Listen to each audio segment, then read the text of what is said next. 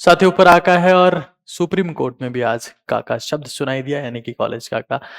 हमारी टीम और हमारा पूरा कॉलेज सिस्टम काका। इंटरनली लगातार जो इरेगुलरिटीज नीट में हुई है उसके अगेंस्ट में काम करता रहा। हमने कभी ज्यादा शोबाजी में बिलीव नहीं किया। हमने वो चीजें करी, चाहे हमको सुप्रीम कोर्ट के बाहर जाके हम फोटो नहीं खिंचवा पाए, लेकिन हमने वो किया जो जरूरी था। हम शायद न्यूज चैनल्स पर जाकर इंटरव्यू नहीं दे पाए क्योंकि हमारे पास पैसा नहीं था, वहां जाने के लिए पैसा लगता है। बट हमने वो सारा काम किया जो रिक्वायर्ड था, जो लॉजिकल था और जो जरूरी था। फिलहाल सुप्रीम कोर्ट ने कहा है कि अगर आप मास लेवल पर पेपर लीक हुआ है या फिर आप उन लोगों को नहीं पकड़ पाए जिनको इनसे फायदा हुआ है पेपर लीक से, तो हमको पेपर वापस करवाना पड़ेगा। अफसोस की बात यह है कि सुप्रीम कोर्ट एक वर्ड मिस कर गया।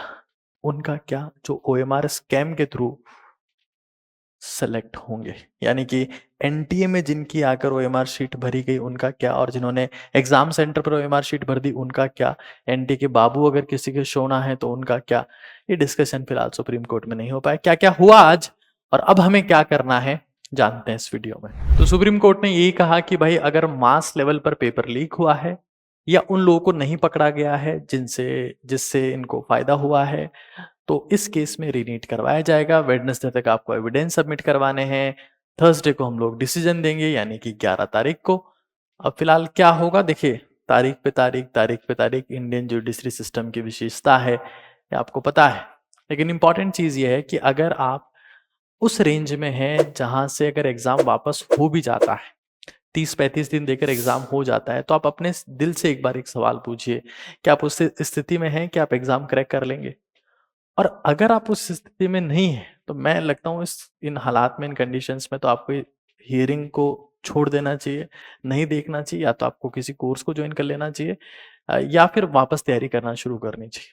अभी रिसेंटली, मतलब मैं आपको बता दे रहा हूँ, मंडे, आज आप इस वीडियो को देख रहे हैं, मंडे को वीडियो आ रहा है, वेडनेसडे से प्रॉपर लाइव फॉर्मेट में without any kind of backlog विश्वास 2.0 बैच आ रहा है।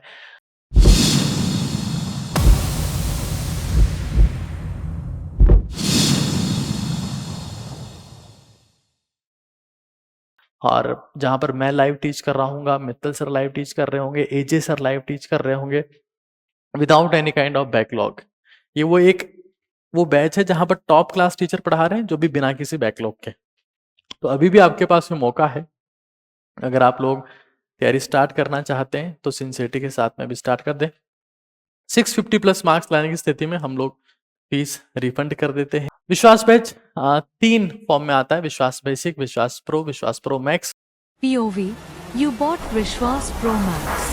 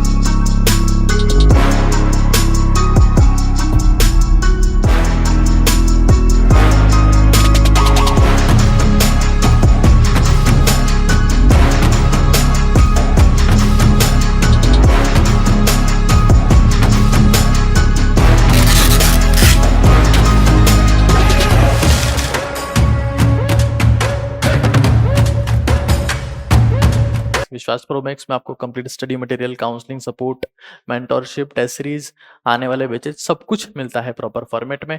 आप सारी चीजें आप यहाँ पर देख सकते हैं। मैं आपको फिर कह रहा हूं, अगर आपका स्कोर सिग्निफिकेंटली कम है तो री एग्जाम भी आपकी हेल्प नहीं कर पाएगा। और कई बार ऐसा होता है कि री एग्जाम की तलाश में आपका समय खराब होता गया और फिर इतना सा ही समय बचा कि आप अब एग्जाम तैयारी नहीं कर सकते। इतना समय बचा ही नहीं कि आप इस साल तैयारी करके क्रैक कर सकें। तो ऐसा होता है।